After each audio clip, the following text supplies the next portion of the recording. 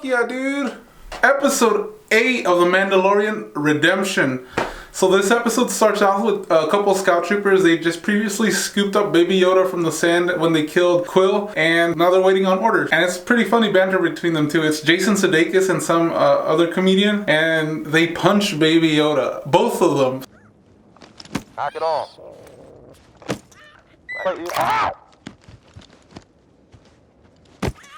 Serves you right. So they got a target on their back because you don't punch Baby Yoda. Baby Yoda bit one of the guy's fingers and he punches him, but the other guy was unprovoked. He just punched him because he was squirming around. Like, this guy has no baby skills. That punch was to the chagrin of millions of fans everywhere. Also, note the funny dialogue between Jason and, I'm just gonna call him Jason, the guy on the comm link, because he's all relaying him stuff about how Moff Gideon killed a garrison, and then he's like, yeah, and then he also killed this officer for interrupting him, but just how casually he says it, it's great. Check it out. He just killed an officer for interrupting him, so this might take a while.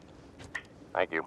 So then IG-11 makes his way, doing what he was programmed to do, protect Baby Yoda and nurse him. And so he does what he does, and he takes both of them out pretty easily, and then he rides away with Baby Yoda towards our heroes. And then we find out Moff Gideon has top level intel. He identifies the three who are hiding inside the building. He knows that Cara Dune's a rebel shock trooper from Alderaan. He knows that Mandy's name is Din Djarin, and he's a Mandalorian from Mandalore. And he knows that Greef Karga is a magistrate, so this guy knows what's up. And again, I'm getting some more Gus Fring vibes, just the way he acts with this character, so cold yet casual about things. So then he's like, alright, so I'm gonna give you guys till nightfall before I end up lighting this bitch up. Why didn't he do it before? Because he found out that the scout troopers got messed up and the baby's not with them anymore, so he needs them because he doesn't have leverage anymore. But damn, he gives him till nightfall. That's a long ass time, because that was like in the morning, so he's giving him like 12 hours. I mean, that's pretty long. It's very generous. And then we find out that the Mandalorian isn't a race, it's a creed. They can come from different walks of life, but as long as they follow the creed, that's what matters. Which is why they say, this is the way. This is the way of the Mandalorian. So it cuts back to when Mandy was a baby boy and he was being saved by his parents. The super battle droids are blasting the town all across, and his parents make the noble sacrifice of putting him in a bomb shelter and covering it while they're gonna be bombed. And so Mandy is saved, the impact of the bomb, and then the hatches open and the super battle droid is right there, right in front of them. So that explains a lot. That explains why he's untrusting of droids and doesn't like to be around them. And the battle droid's about to finish off baby Mandy, but then Mandalorians equipped with jetpacks come raining down from the sky and take out the battle droid and take out the remaining ones that were left in the village. And bum bum bum, that's how Mandy becomes a Mandalorian. And then at that point too, we find out that Moff Gideon was responsible for the purge of the Mandalorians. So you can see there's some pretty bad blood between Mandy and Moff Gideon, because Mandy knew exactly who that was. So IG-11, still with Baby Yoda in tow, comes in hot to the compound, speeding in, blasting his way through. Greef Karga takes a shot for his nerves. You gotta do it. And IG-11 makes a hell of an entrance, taking out a ton of stormtroopers, moving his way towards our heroes. And we get a sweet shootout scene between our heroes and the Imperials. And in the midst of the firefight, Moff Gideon gets to jump on Mandy and shoots this container fuselage looking thing. It looks like a transformer or something. It blows up and it knocks Mandy down to the floor, wounding him pretty badly. They bunker into the building again, and then Moff Gideon's like, enough's enough, let's toast these guys. He orders a flamethrower wielding stormtrooper to take them out. Mandy, sticking to his creed, is all like, hey guys, leave me be. I want to die like a warrior. Go ahead and take off, save Baby Yoda. But in the heat of battle, Baby Yoda does what Baby Yoda does. So the flamethrower guy is about to cook them all up. This big infernal blast of flames is coming, about to engulf them. And then Baby Yoda uses the Force. Magically gets that whole ball of fire and shoots it back towards the stormtrooper and blows him up. And then passes out very cutely. Every time he exerts himself, it's so damn cute. So then they open this grate, similar to A New Hope, when they blast their way into the garbage chute. And then they leave IG-11 with Mandy to tend to his wounds, and they make way with Baby Yoda into the sewers. And there's this touching moment between Mandy and IG-11, and it shows the character growth for Mandy, because he was reluctant against droids, and how we saw earlier how a super battle droid was the reason why he's traumatized against droids, because it was about to kill them, and it killed his parents. He allows IG-11 to take off his helmet and tend to his wounds using some Bacta spray. And on a a side note, he's all like, I swore that no living thing could take off my helmet. And then IG-11's all like, I'm not a living thing. So the loopholes, so that was sweet. And so we get to see Pedro Pascal's face.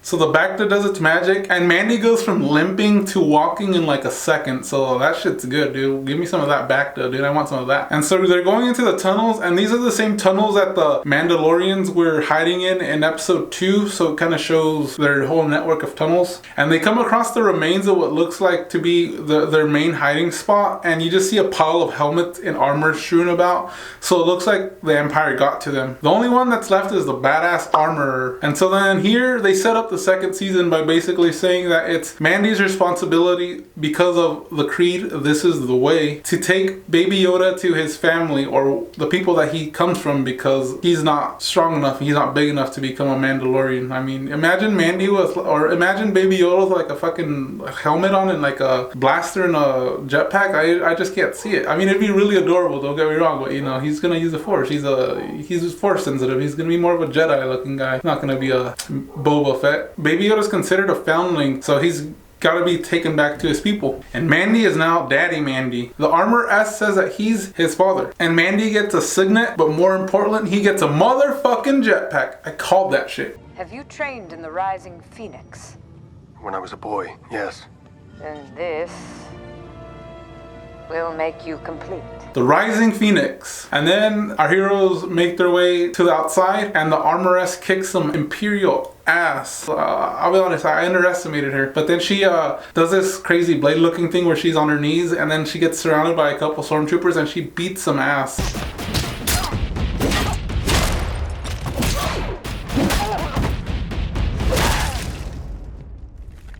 So, alright, she proved me wrong. She's a badass. And she has pimp furs. Is that like some chinchilla or something? But I want more of her character. She's a sweet character. So then they go to this lava river, and there's this ferry, and there's this astromech droid like cemented towards the corner. They release the ship, and then they also release the astromech droid, and the astromech droid has arms and legs. It should not have that, dude. That was freaking freaky. And then IG-11 points out the obvious. Watch your feet, it's molten lava. No kidding.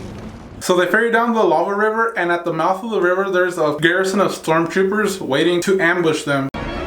It's a trap! And Mandy has come full circle. He feels sympathetic toward IG-11 because IG-11 says that I'm gonna take a bullet for the team. I'm gonna go out, self-destruct, take them out for you guys. And Mandy's sad because he doesn't want IG-11 to die. He just saved his life, and he's bonded with him over the course of this episode. So he's like, wow, dude, don't do that. But eventually he realizes this is what's gonna be best for the team. And so IG-11 goes out and does what he's gotta do. And he shows the badassery of his unit's capabilities because he's walking in molten lava. Like, not many droids can do that, so wow. He goes into the middle of the garrison, initiates his self-destruct protocol, and takes them all out. It was very touching. I wish he would have lived, but I get it, you know, he's gotta be a MacGuffin kind of sort. So he does what he does, and IG-11's gone. Mothman comes screaming from the skies in his TIE fighter and starts blasting at our heroes. Carl Weather again points out what we all were thinking. Why doesn't Baby Yoda just use the little hand thing? Doesn't work though. That part was hilarious. So then Mandy finally gets to use the jetpack. He flies up and he latches onto Moff Gideon's ship. Then he pulls this tricky maneuver. Moff Gideon can't shake him, and he puts a couple thermal detonators on top of his ship, makes away off of his ship, and it blasts one of his wings off, and he crash lands into the desert. Mandy saved the day. Then our heroes say their goodbyes, and then Mandy takes off with Baby Yoda. He makes a grave for the Quill, which was very satisfying. He needed a resting spot, and he gets on his ship, and it's in time for a new adventure with Baby Yoda and Mandy. Season 2. They gotta go find Baby Yoda's family. So Mandy takes off in his ship with Baby Yoda, going off into the distance, but in the foreground you can see the wreckage of Moff Gideon's ship, and then we see some Jawas trying to scavenge what they can, and then they're scared away because Moff Gideon cuts a square in the hull of his ship with a black lightsaber. What the fuck?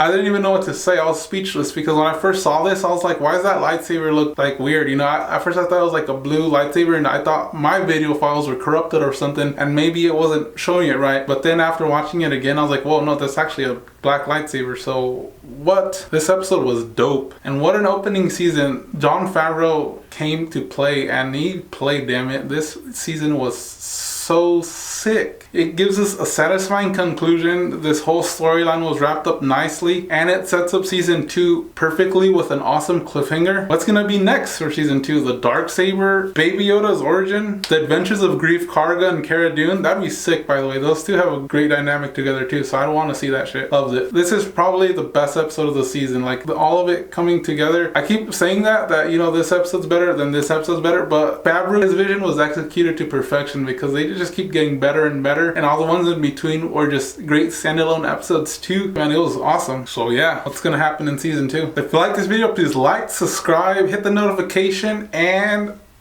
leave a comment down below. Peace.